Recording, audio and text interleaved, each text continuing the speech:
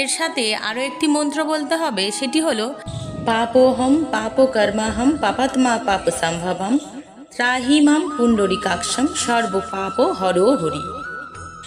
পাপোহম পাপকর্মাহম পাপাত্মা পাপ সম্ভবান ত্রাহিমাম পুণ্ডরিকাক্ষম সর্ব পাপ হরো হরি।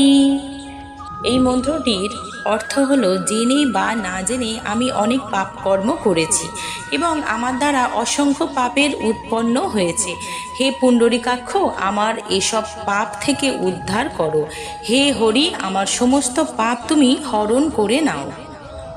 বন্ধুরা, তাহলে আমরা জেনে নিলাম কিভাবে সঠিক পদ্ধতিতে এবং সঠিক মন্ত্রের দ্বারা জল শুদ্ধি, দেহ শুদ্ধি এবং আচমন করব।